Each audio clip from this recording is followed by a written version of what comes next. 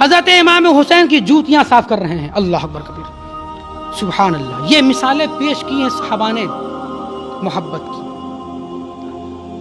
ہم آپ سوچیں گے بچہ ہے، یہ ہے، وہ ہے. نہیں، ابھی آپ نے سنا نا، حضرت عمر فاروق نے کہا لکھ کے دے دیجئے، ہے نا، سنا نا آپ نے ابھی حضرت سے، لکھ کے دے دیجئے کہ جو آپ کہہ رہے ہیں وہ میں لکھ کے دیتا ہوں.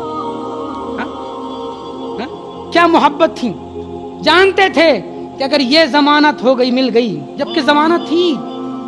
وہ 10 جن کو جنت کا مزدہ ملا، بولو نا، وہ 10 جن کو جنت کا مزدہ ملا، اس مبارک جماعت پہ لاکھوں سلام. اس میں حضرت عمر فاروق بھی ہے. مگر محبت کا اظہار، اب میں کہنا یہ چاہتا ہوں، سرکار نے فرمایا میری امت میں 73 فرقے ہوں گے، اس میں سے 72 جہنمی ہوں گے، ایک جنتی ہوگا، ہے نا، ایک جنتی ہوگا. سرکار نے جب یہ فرمایا، صحابہ نے پوچھا یا رسول اللہ وہ کون جنتی ہوگا، کون ہوگا؟ ما انا علیہ صحابی، سرکار نے فرمایا جس پر میں اور میرے صحابہ ہے. زندگی صحابہ کی الٹ کے دیکھو، اہل بیت اطہار سے کیسی محبت کی ہے. الحمدللہ صحابہ کی زندگیوں کا صدقہ ملا اہل سنت و جماعت کو کہ الحمدللہ ہمارے سینوں میں بھی اہل بیت اطہار کی محبت جاگوزی ہے. الحمدللہ.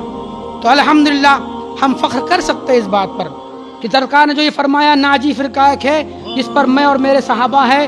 صحابہ کے دلوں میں عظمت اہل بیت اطہار ہے، اور الحمدللہ اللہ کے فضل سے، سرکار کے کرم سے ہمارے سینوں میں بھی اہل بیت اطہار کی محبت ہے. یہ ہمیشہ سے رہا ہے کہ جب کوئی انسان حق کی بات کرے، برائی سے روکے، تو لوگ اس کو مارنے پر، قتل کرنے پر، اس کو بدنام کرنے پر آمادہ ہوتے ہیں. قرآن شریف کے اندر 3 پارے کے اندر موجود ہے یہ باتیں. یہودیوں کا یہ مشغلات رہا کہ جب ان کے پاس کوئی دین کی تبلیغ کرنے آتا تو اسے وہ قتل کر دیتے. بلکہ روایت میں ہے کہ ایک دن میں 120 علماء کو انہوں نے شہید کر دیا.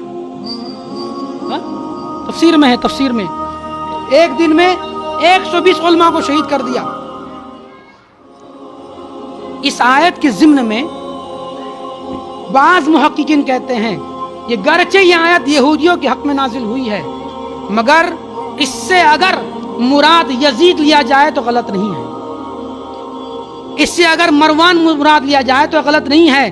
اس لیے کہ امام حسین تو امر بالمعروف و نہی عن المنکر کی جو ہے تفسیر پیش کرنے گئے تھے، برائی سے روکنے گئے تھے کہ ایسے کام نہ کرو، برائی نہ کرو، شراب نہ پیو، سگی بہن سے نکاح کو جائز نہ قرار دو، جو ہے زنا سے دور رہو، بدفعلی سے دور رہو. ان تمام چیزوں کو بتانے کے لیے گئے تھے، مگر لوگوں نے کیا کیا؟ آپ کو شہید کر دیا. تو یہ شیوا ہمیشہ سے رہا ہے کہ لوگ اس بندے کو جو حق کی تلقین کیا کرتا ہے، امر بالمعروف و نہی عن المنکر کی تبلیغ کیا کرتا ہے، لوگ اس کے مخالف اور دشمن ضرور ہوتے ہیں. مگر اب آخری بات یہ کہنا میں چاہتا ہوں کہ ہمارے دلوں میں سوال اٹھ سکتا ہے، ہمارے دل میں تو انشاءاللہ نہیں اٹھے گا، کوئی اٹھانے والا ہوگا تو اٹھا سکتا ہے کہ ادھر بھی مسلمان بنام ہے، ادھر بھی مسلمان ہے، ادھر بھی نمازیں ہو رہی ہے، ادھر بھی نمازیں ہو رہی ہے، ادھر بھی قرآن کی تلاوت ہے، ادھر بھی قرآن کی تلاوت ہے، ادھر بھی تسبیح و تحلیل ہے، ادھر بھی تسبیح و تحلیل ہے، ادھر بھی اذانیں دی جا رہی ہے، ادھر بھی اذانیں دی جا رہی ہے، ادھر بھی اذان کے اندر حی علی الصلاح حی علی الفلاح کی صدائیں ہیں، اور ساتھ میں اشہد ان محمد رسول اللہ کی صدائیں ہیں، اور اس خیمے میں بھی اشہد ان محمد رسول اللہ کی صدائیں ہیں. تو سوال یہ ہے کہ بتاؤ حق پہ کون ہے، اللہ کس کے ساتھ ہے؟ تو قرآن سے ہم پوچھیں گے، اے قرآن تو نے ہر جگہ ہماری رہنمائی کی ہے، تو وہ کتاب ہے کہ جس میں کوئی شک نہیں ہے، ہر جگہ پہ تو نے ہماری رہنمائی کی ہے، ہمیں تو ہی بتا دے کہ صحیح کون ہے، سچا کون ہے، حق پہ کون ہے، اور رب قدیر ہے کس کے ساتھ. تو قرآن کی آیت کو پڑھو، تم سمجھو گے. قرآن پڑھا کرو، قرآن کے ترجمے کو پڑھا کرو، قرآن کے مفاہیم کو سمجھنے کی کوشش کیا کرو، انشاءاللہ گتھیاں سلجھتی جائے گی، ایمان تازہ ہوتا جائے گا. قرآن کے 2 پارے میں آیت بھی پڑھ دیتا ہوں، آپ پارا سنتے رہتے اس لیے پڑھ دیتا ہوں. قرآن میں ہے فَاذْكُرُونِي أَذْكُرْكُمْ وَاشْكُرُوا لِي وَلَا تَكْفُرُونَ يَا أَيُّهَا الَّذِينَ آمَنُوا اسْتَعِينُوا بِالصَّبْرِ وَالصَّلَاةِ إِنَّ اللَّهَ مَعَ الصَّابِرِينَ. سمجھنے والے سمجھ گئے ہوں گے. قرآن نے کہا تم میرا ذکر کرو، اللہ فرما رہا ہے. اچھا اس سے پہلے بڑی پیاری بات ہے مگر وقت نہیں ہے جی.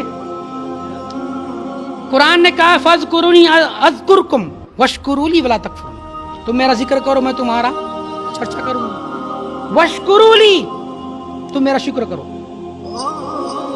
ولا تکفرون انکار نہ کرو. شکر کس بات پہ بھائی؟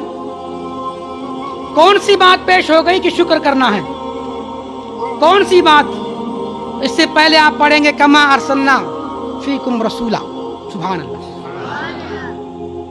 اسی آیت سے پہلے کہ جیسا کہ تمہارے پاس معظم رسول بھیجا گیا. شکر کس بات پہ ہے؟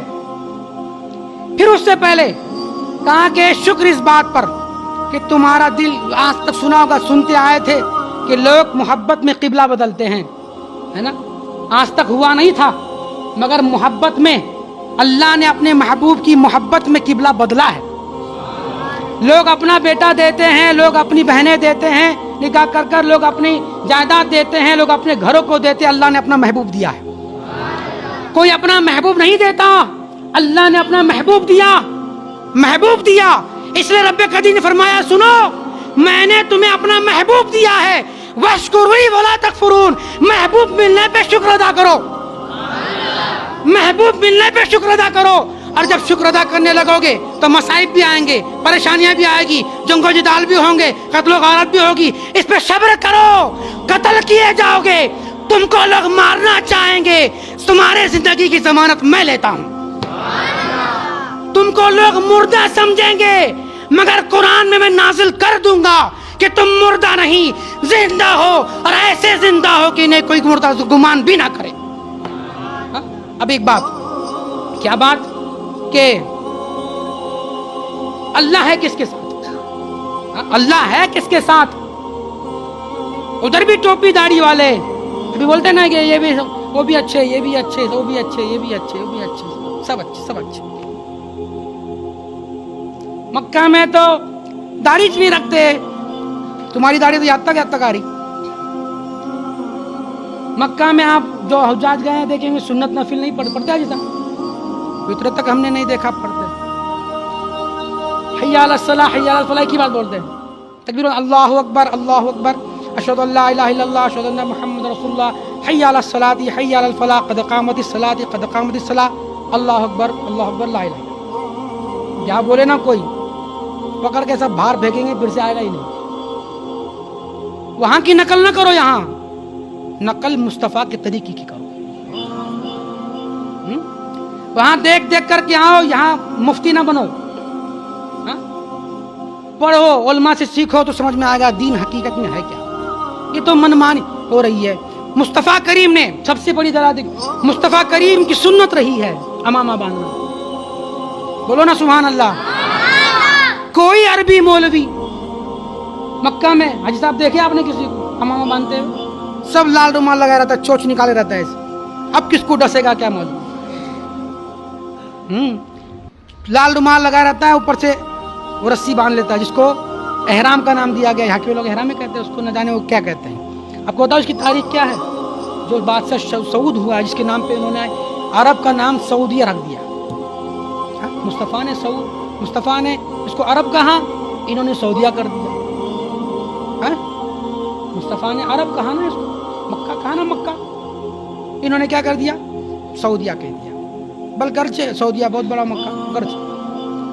حضور نے ہمیشہ امامہ باندھا, انہوں نے کبھی نہیں باندھا. سعود جو تھا, جو پہلا حکمران ہوا ہے سعودیہ کا, وہ بکری چروا تھا. کیا تھا؟ بکری چروا تھا. وہ رومال باندھتا دھوپ سے بچنے کے لیے, اور اوپر سے رسی باندھ لیتا. وہی ہے یہ نقل. یہ لال رومال ہے نا, اسی کی نقل ہے, اسی رسی کی یہ نقل ہے. حضور نے کبھی ایسا نہ کیا, یہ کبھی نہیں باندھتے امامہ. ایسی بہت سی چیزیں ہیں جس کو دیکھنے کے بعد ہمیں سمجھنا چاہیے کہ یہ جو کر رہے ہیں یہ دین نہیں ہے. دین وہ ہے جو مصطفیٰ نے دیا ہے. اگر بات لمبی ہو جائے گی, میں کیا کہہ رہا تھا؟ اللہ ہے کس کے ساتھ؟ بات پھر یہ کہ دونوں خیمے میں ایک جیسی مماثلت اذان کے طور پر, نماز کے طور پر, رکوع کے طور پر, سجود کے طور پر, امامے کے طور پر, پہننے اوڑھنے کے طور پر, مگر ہے کس کے ساتھ اللہ. قرآن سے پوچھیں گے, قرآن تو ہی جواب دے دے, تو ہی بتا کہ تو اللہ کا کلام ہے, اللہ کس کے ساتھ ہے. تو قرآن کہتا ہے یا ایھا الذین آمنوا استعینوا بالصبر والصلاۃ, مدد چاہو نماز اور صبر سے, مدد چاہو نماز اور صبر سے, نماز سے اور صبر سے مدد چاہو. مگر آگے فرمایا ان اللہ مع الصابرین. تمہاری عقلیں کہے گی, تمہاری فکریں کہہ سکتی ہے کہ وہ بھی اچھا ہے, یہ بھی اچھے ہے, وہ بھی نمازی, یہ بھی نمازی, وہ بھی تہجد گزار, یہ بھی تہجد گزار, یہ بھی قرآن کے تالی, یہ بھی قرآن کے تالی, یہ بھی اذان دینے والے, وہ بھی اذان دینے والے, یہ بھی حج زکات کی تلقین کرنے والے, یہ بھی حج روزے کی تلقین کرنے والے. پھر سچا کون ہے؟ تو قرآن کہتا ہے اے لوگوں تشویش میں پڑنے کی ضرورت نہیں ہے. ہر نمازی کے ساتھ اللہ نہیں ہے, مگر ہر صابر کے ساتھ اللہ ہے, کیونکہ قرآن نے کہا ہے ان اللہ مع الصابرین. تو قرآن نے ہمارے مسئلے کو حل کر دیا ہے کہ حسین جیسا صابر دنیا میں کوئی ہے تو پیش کرو کہ جس کے ہاتھ میں 6 مہینے کا علی اصغر ہو, صبر کر رہے ہیں.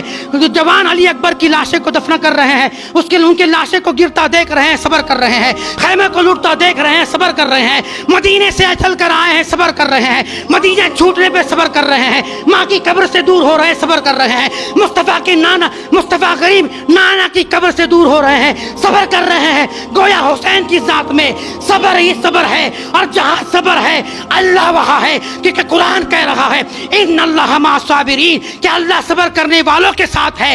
مسئلہ حل ہو گیا کہ اللہ حسین کے ساتھ ہے, حسینیوں کے ساتھ ہے. اللہ حسین کے ساتھ ہے اور حسینیوں کے ساتھ ہے کہ ان کے خیمے میں صبر بھی ہے اور نماز بھی ہے. سمجھ آگئی بات؟ امام حسین کی ذات بہت بلند پایا ذات ہے, بہت بزرگ ذات ہے. بولنا شروع ہو تو پھر بہت رات ہو جائے گی, تاخیر ہو جائے گی. 2 جملے میں یہ بات کہ اللہ نے فرمایا نا ان اللہ مع الصابرین ولا تقولوا لمن يقتل في سبيل الله اموات.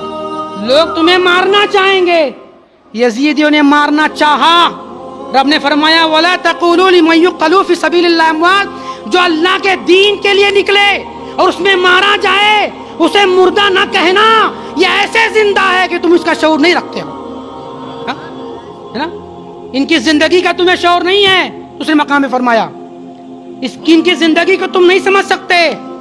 لوگ مارنا چاہتے رہے, یزید, مروان اور ابن زیاد مارنا چاہتا رہا, مگر اللہ رب قدیر نے حسین کو ایسا زندہ کیا, ایسا زندہ رکھا کہ سر جدا ہونے کے بعد بھی نیزے پہ امام حسین بول رہے ہیں اور قرآن پڑھ رہے ہیں. اس لیے 2 جملے میں بات کہہ سکتے ہیں, یزید تھا, حسین ہے, وما علینا الا البلاغ. السلام علیکم.